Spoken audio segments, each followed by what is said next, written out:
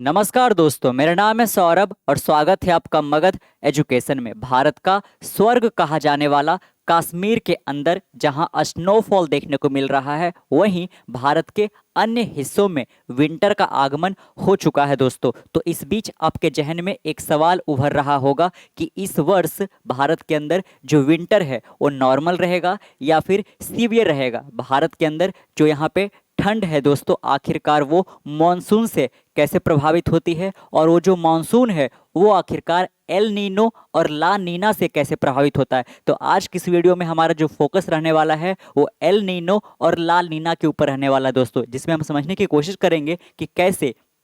ये जो दोनों यहाँ पे जलवायु घटनाएं हैं दोस्तों, वो नॉर्मल कंडीशन से भिन्न होती है और कैसे ये भारत के अंदर मॉनसून को अफेक्ट करता है दोस्तों। यहाँ पे तो बहुत कुछ है आज की इस वीडियो में, क्योंकि ये जो एल नीनो और ला नीना है दोस्तों, इसका दुनिया भर के वेदर के ऊपर, इकोसिस्टम के ऊपर, इकोनॉमिक्स के ऊपर और साथ में यहाँ पे वाइल्ड फायर के ऊपर यहाँ पे बहुत बड़ा इम्पैक्ट पड़ता है दोस्तों यहाँ पे। तो हम इस वीडियो में काफ़ी विस्तार से यहाँ पे इसी चीज़ को समझने वाले हैं। अगर जो आप इसका ब्लॉक डायग्राम देखना चाहो तो बाकायदा आप यहाँ पे देख सकते हो कि एल नीनो के वक्त यहाँ पे ये क्या होता है, थोड़ी देर में हम देखेंगे। लेकिन एल नीनो के वक्त जहाँ पे जो ट्रेड विंड है, जिसको हम व्यवसायिक पवने कहते हैं, वो इक्वेटर से दूर जाता है। वही अगर जो हम ला नीना की बात करें तो ये इक्वेटर के करीब आता है दोस्तों यहाँ पे। अब प्रश्न आता है कि आखिरकार ये जो एल नीनो और ला नीना है ये आखिरकार है क्या दोस्तों यहाँ पे। तो ये जुड़ा हुआ है ENSO से। यहाँ पे एल नीनो सदर्न ऑसिलेशन दोस्तों, ये एक साइकिल है, ये एक क्लाइमेट साइकिल है,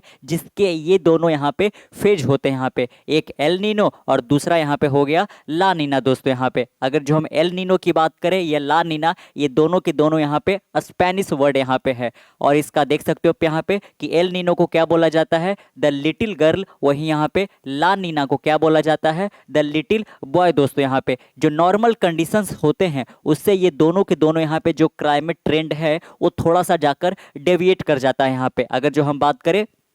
ला नीना का दोस्तों यहाँ पे, तो ला नीना के वक्त यहाँ पे भारत के अंदर जो मानसून है वो बहुत ज़्यादा प्रभावित होता है और भारत के अंदर जो वर्षा है दोस्तों वो 75% नॉर्मल कंडीशन से ज़्यादा होता है। अगर जो हम बात करें किसानों के यहाँ पे एंगल से तो ये तो काफ़ी बढ़िया है, लेकिन कई सारे जगह पर यहाँ पे बाढ़ जैसा या फिर जो जल भराव है यहाँ पे वाटर लॉकिंग जैसा भी समस्या यहाँ पे खड़ा हो जाता है यहाँ पे। तो आपने जाना यहाँ पे कि एल नीनो और ला नीना जो है वो नॉर्मल कंडीशन से थोड़ा सा यहाँ पे डेविएट होता है। अगर जो हम बात करें कि कितने दिनों तक ये टिकता है दोस्तों यहाँ पे, तो 9 महीना से लेकर 12 महीना तक यहाँ पे, और यूजुअली ये 4 से 5 साल के बाद यहाँ पे कह लीजिए कि अपने साइकिल को दोहराते रहते हैं। एल नीनो और ला नीना में ज़्यादा फ्रिक्वेंटली कौन यहाँ पे अकर होता है दोस्तों, तो एल नीनो। आपको गौन करना है कौन होता है, एल नीनो। तो अगर जो थोड़ा सा एक लिटिल हम वेरिएशन देखें यहाँ पे, तो ला नीना के वक्त यहाँ पे भारत के अंदर, गौर करिएगा, ला नीना के वक्त यहाँ पे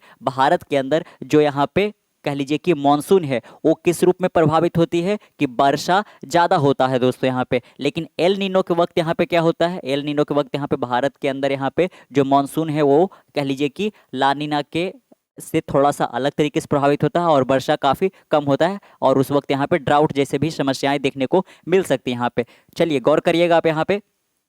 एल नीनो दोस्तों is a typically known as the warm phase of the ENSO। यहाँ पे तो आपने जाना यहाँ पे कि दोनों का दोनों जो है वो फेज है दोस्तों यहाँ पे, और किसके यहाँ पे किस साइकिल के दोनों फेज यहाँ पे, तो ENSO यहाँ पे एल नीनो सदर्न यहाँ पे ऑसिलेशन के यहाँ पे। तो इसमें जो एल नीनो है वो यहाँ पे कहीं ना कहीं एक वार्म फेज होता है, और वही अगर जो हम बात करें ला नीना तो ये कैसा फेज होता है दोस्तों, कोल्ड फेज होता है। तो इंडिया के अंदर इस वर्ष दोस्तों यहाँ पे ऑलरेडी जो IMD है, आपने सुना होगा IMD,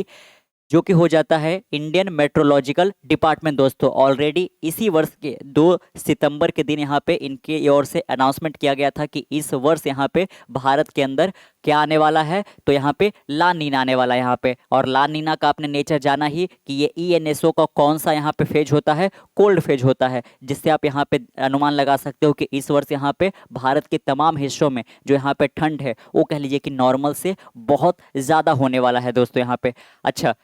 ला नीना के वक्त क्या होता है दोस्तों, तो ला नीना के वक्त यहाँ पे जो कूलर वाटर है जो कूलर वाटर है यहाँ पे, समुद्र का जो कूलर वाटर है वो स्प्रेड होता है किधर से किधर की ओर, यहाँ पे ईस्ट से वेस्ट की ओर यहाँ पे दोस्तों, जो इक्वेटोरियल पैसिफिक ओशियन है, जो प्रशांत महासागर है उसकी ओर यहाँ पे। और आपने जाना कि एल नीनो और ला नीना का दुनिया भर के वेदर हो गया, वेदर पैटर्न कैसा रहेगा यहाँ पे, वाइल्ड फायर, इकोसिस्टम और इकोनॉमिक्स पे बहुत ज़्यादा यहाँ पे इफेक्ट पड़ता है यहाँ पे। और साथ में कह लीजिए कि जो पूरा का पूरा ट्रेड होता है वो भी यहाँ पे बहुत ज़्यादा इम्पैक्ट इसके द्वारा किया जाता है यहाँ पे। तो अभी तक आपने जाना कि एल नीनो और ला नीना क्या है, तो एल नीनो और ला नीना यहाँ पे ENSO का ये दो यहाँ पे फेज है दोस्तों, उसमें से एक फेज वार्मर है यानी कि अधिक अधिक गर्म होता है, और एक फेज यहाँ पे कूलर होते हैं यहाँ पे। लेकिन हमारा जो मेन यहाँ पे फोकस रहने वाला है कि इन दोनों का इंडियन कह लीजिए कि सब कॉन्टिनेंट में क्या यहाँ पे इफेक्ट पड़ता है दोस्तों यहाँ पे। तो आपने जाना यहाँ पे कि ला नीना जो कि एक जलवायु घटना है can strengthen the Indian monsoon, जैसा कि हमने बात किया यहाँ पे कि ला नीना इस वर्ष यहाँ पे भारत को अफेक्ट किया है दोस्तों यहाँ पे। तो ये इंडियन मानसून को काफ़ी ज़्यादा यहाँ पे बढ़ा दिया था, जिसके कारण क्या होगा कि जो यहाँ पे यूजुअली जो नॉर्मल कंडीशन में रेनफॉल होता है उससे कहीं अत्यधिक हो जाता है यहाँ पे। और साथ में अगर जो हम एटमॉस्फेयर के अंदर जो यहाँ पे ह्यूमिडिटी होता है, आर्द्रता होता है, वो भी कहीं एवरेज से ज़्यादा हो जाता है। तो ये दो कंडीशन आप ध्यान रखिएगा, ला नीना के वक्त यहाँ पे जो वर्षा होती है वो ज़्यादा हो जाता है, और साथ में जो आर्द्रता होता है यहाँ पे ह्यूमिडिटी वो भी कहीं ज़्यादा होता है दोस्तों। अच्छा, ला नीना की जो विशेषता होता है उसको हम देखते हैं यहाँ पे जो समुद्री सतह का जो तापमान है उससे जोड़कर दोस्तों, यहाँ पे किस प्रकार से इसको कैरेक्टराइज किया जा सकता है यहाँ पे कि जब ला नीना का पूरा जब दौर चल रहा होता है तो जो आपका समुद्री सतह का तापमान है दोस्तों यहाँ पे वो एवरेज से यानी कि औसत से अत्यधिक यहाँ पे ठंड हो जाता है यहाँ पे। और आप देख सकते हो सेंट्रल और ईस्टर्न पैसिफिक ओशियन यहाँ पे, और ये पहला इसका जो अक्रंस देखने को मिलता है जो पूरा का पूरा प्रशांत महासागर का पूर्वी और साथ में यहाँ पे जो मध्य हिस्सा है दोस्तों, है ना, ईस्टर्न और साथ में जो सेंट्रल हिस्सा है, यहाँ पे देखने को मिलता है कि जो भी समुद्र है उनका जो यहाँ पे समुद्री सतह है उसका जो तापमान है वो एवरेज से कहीं अत्यधिक यहाँ पे कूलर हो जाता है। इसीलिए हम यहाँ पे ला नीना को कौन से फेज के रूप में जानते हैं यहाँ पे, तो यहाँ पे कूलर फेज के रूप में जानते हैं यहाँ पे। ला नीना की और क्या विशेषता है यहाँ पे, इस वक्त जो ट्रेड विंड होता है दोस्तों यहाँ पे, जो व्यवसायिक पवनें होती है वो यहाँ पे एक तरीके से कह लीजिए कि स्ट्रांगली किसकी ओर यहाँ पे ये बहता है, तो आप देख सकते हो कि ये जो वार्म वाटर है वो यहाँ पे एशिया की ओर ये जो ट्रेड विंड है उसको धकेलने की कोशिश करता है यहाँ पे। तो आप गौर करिएगा कि जो ट्रेड विंड है वो वार्म वाटर को यहाँ पे, गर्म जल को यहाँ पे एशिया की ओर यहाँ पे लेके आता है। ये रेनफॉल की जैसा कि हमने बात किया यहाँ पे, तो जब ला नीना अकर होता है जो कि आपने जाना कि हर एक 4 से 5 साल के बाद यहाँ पे ये अकर होता है, और इस वर्ष यहाँ पे ये इंडिया को अफेक्ट कर रहा है।